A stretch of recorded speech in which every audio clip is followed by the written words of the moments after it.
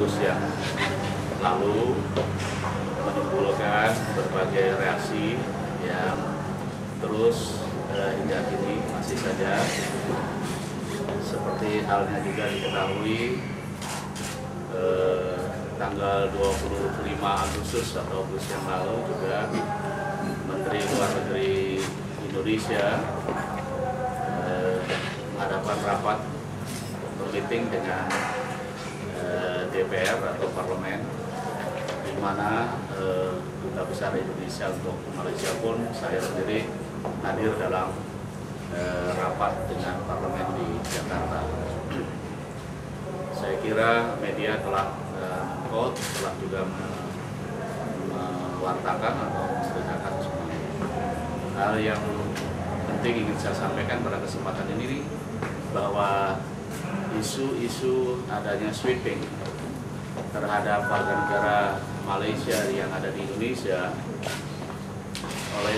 yang dilakukan oleh sekelompok orang, tentu pihak kerajaan Indonesia atau pemerintah Indonesia berkewajiban untuk memberikan jaminan keamanan bagi siapapun, terutama warga negara asing dan juga warga negara Malaysia yang ada di Indonesia, akan keamanannya.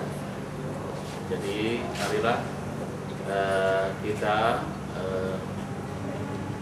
anggap bahwa itu adalah hanya suara-suara yang disampaikan oleh sekelompok orang saja, yang apabila benar melakukan tindakan itu, maka pemerintah atau kerajaan Indonesia tentu akan melakukan tindakan-tindakan terhadap siapa saja yang akan melanggar hukum. Berikutnya adalah bahwa peristiwa atau insiden ini telah terjadi. Tentu kita berharap bahwa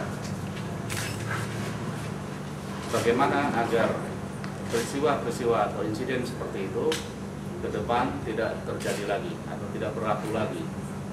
Oleh karena itu perlu ada langkah-langkah yang dilakukan oleh dua belah pihak. Dua Menteri Luar Negeri telah mensepakati tanggal 6 September nanti akan bertemu di Kota Kinabalu untuk membahas hal-hal yang mungkin berlaku. Sebagai salah satunya adalah insiden yang terjadi pada tanggal 13 Agustus yang lalu, dan mungkin juga dibahas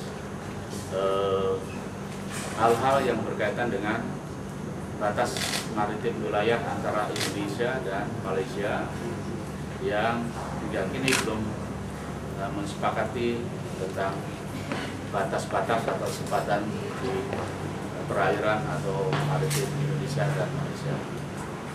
Kita semua akan mengambil hikmah dari insiden 13 Agustus yang lalu itu untuk lebih mempercepat proses-proses yang masih pending, terutama berkaitan dengan perbatasan atau sempadan antara Indonesia dan Malaysia yang selalu saja akan menimbulkan overlap, adanya pengakuan bahwa hal-hal itu terjadi atau berlaku di wilayah negara masing-masing sesuai versinya dari masing-masing pihak.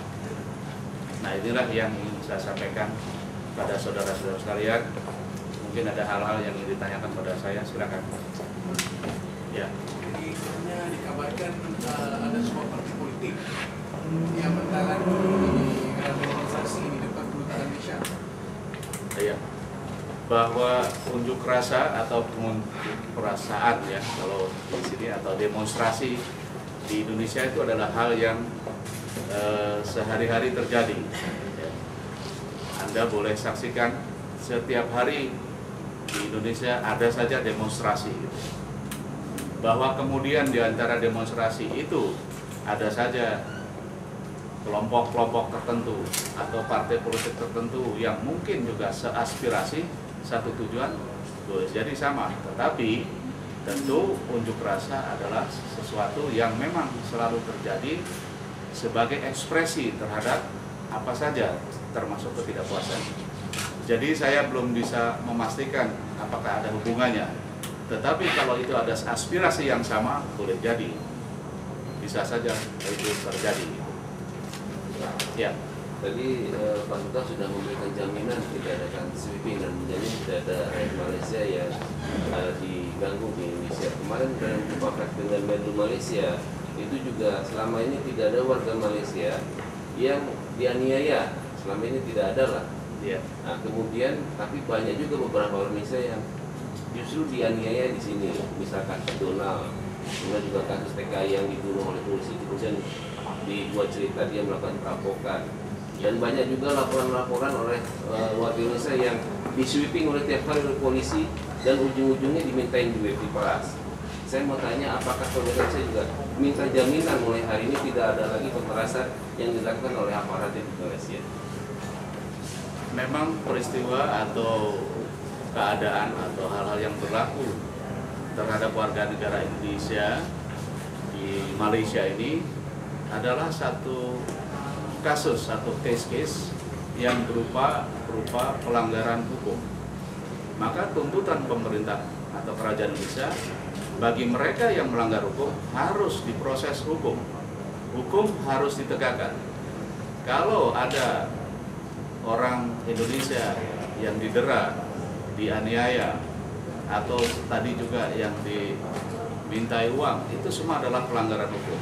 Oleh karena itu, tuntutan pemerintah Indonesia adalah mereka yang melakukan pelanggaran itu harus diproses hukum yang sesuai berlaku di Malaysia ini. Apabila itu tidak dilakukan, maka itu dianggap sebagai sesuatu ketidakadilan. Nah, inilah mungkin bisa membuat jadi pihak-pihak di Indonesia tentu menjadi tidak menyenangi, bisa juga masih marah. Nah, ini semua kita juga mempercayakan bahwa proses hukum di Malaysia juga berjalan. Ada lagi? Ya. Perannya dikabarkan juga yang tindakan benteng ini untuk mendesak Presiden Susilo karena terlalu berlembut dengan Indonesia. So, jadi dia minta kemudian supaya Presiden lebih tegas dengan Malaysia. Ya, itulah warna demokrasi ya. Boleh saja orang berpendapat seperti itu, tapi pemerintah atau dalam ini Bapak Presiden juga mempunyai jawaban dan langkah-langkah yang telah dilakukan dalam hubungan kedua negara ini. Bahwa hubungan antara dua negara ini aspeknya sangat luas. Ya. Banyak hal dari hubungan politik, ekonomi, kebudayaan, dan semua aspek adalah menjadi bagian tanggung jawab dari seorang presiden. Maka presiden tentu akan mengambil langkah-langkah yang tepat. Ya. Tepat pada saatnya harus tegas, tepat pada saatnya harus lembut. Tidak juga selamanya lembut, tidak juga selamanya juga keras. Jadi itulah pemimpin di dalam membina hubungan antara dua negara ini. Ya. Apa tindakan-tindakan yang mungkin diambil terhadap kumpulan yang mencetus demonstrasi yang Ya. Demonstrasi adalah dibenarkan, dibolehkan, tetapi ada batas-batas yang harus juga dijaga oleh mereka yang demonstrasi. Pertama, dia tidak boleh melanggar hukum. Kedua, juga tidak boleh melanggar keamanan atau ketertiban dari umum atau public security. Public safety itu harus dijaga. Ya, tidak boleh juga melakukan tindakan-tindakan yang merusak. Kalau itu terjadi, maka pihak polis di Indonesia atau kepolisian Indonesia akan melakukan tindakan-tindakan terhadap mereka yang melakukan itu. Adakah tindakan-tindakan mereka ini sampai masa kini telah melanggar apa-apa? Pertama, tindakan kepolisian Anda sudah menyaksikan sendiri, memperkuat penjagaan di embassy di Jakarta. Dari jumlah yang kecil sekarang menjadi jumlah yang besar yang cukup memadai. Apabila datang unjuk rasa atau demonstrasi yang besar, tentu akan dijaga. Dijaga jangan sampai melakukan pelanggaran hukum, jangan merusak, ya, jangan melakukan tindakan yang tidak benarkan menurut hukum. Itu yang dilakukan. Demikian pun residence atau kediaman dari Duta Besar Malaysia yang ada di Jakarta, kalau itu menjadi sasaran demonstrasi juga dijaga oleh pihak kepolisian atau polis di Indonesia.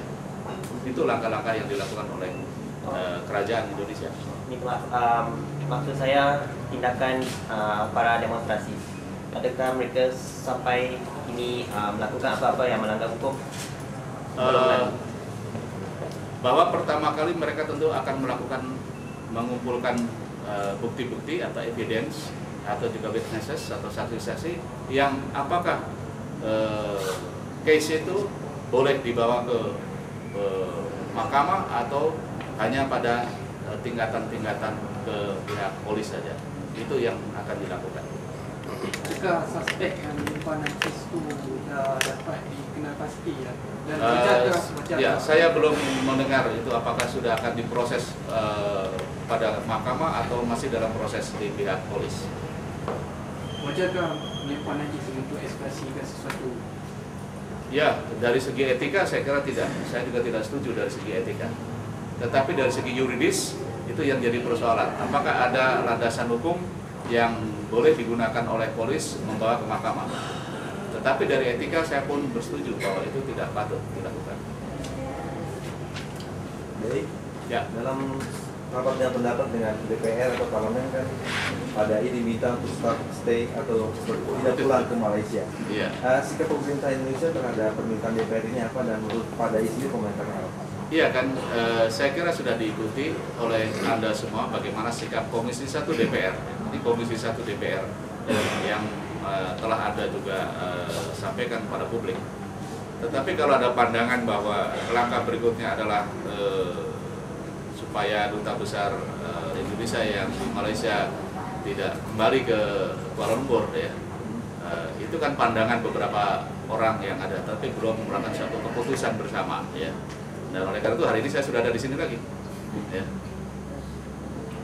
Pak, bagaimana Ya. reaksi masyarakat Indonesia di Indonesia sendiri dengan situasi ini? Ya, sebagaimana telah dimaklumi bahwa memang bentuk-bentuk ketidakpuasan, kemarahan yang disampaikan oleh orang-orang yang di Indonesia adalah insiden yang terakhir ini dianggap sebagai kumulasi sebagai dari berbagai case-case atau kasus-kasus atau peristiwa yang sebelumnya itu.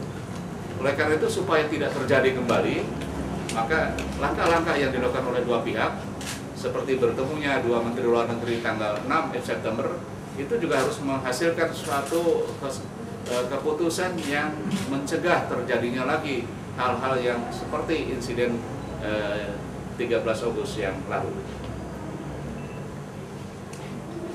Ada lagi? Ada kakak mengatakan Petronas CIMB Bank dari Indonesia juga menjadi sasaran protes. Ya, itu isu-isu saja. Tetapi pihak kerajaan Indonesia tentu akan menjaga apapun yang akan dilakukan kalau itu pelanggaran hukum, ya. Kalau datang ke depan misalnya buildingnya dari CIMB, kemudian Petronas di Indonesia, kemudian mereka demonstrasi, itu hal yang biasa. Tapi kalau melakukan tindakan melanggar hukum, merusak atau dan sebagainya, tentu pihak kerajaan Indonesia dalam ini polis tentu akan melakukan tindakan. Adakah isu keamanan yang akan menjejaskan ekonomi Ya, saya kira tentu sudah disampaikan bahwa semua pihak dari kerajaan Indonesia maupun kerajaan Malaysia tentu akan mencari solusi yang terbaik sehingga tidak mengganggu aspek-aspek yang lain.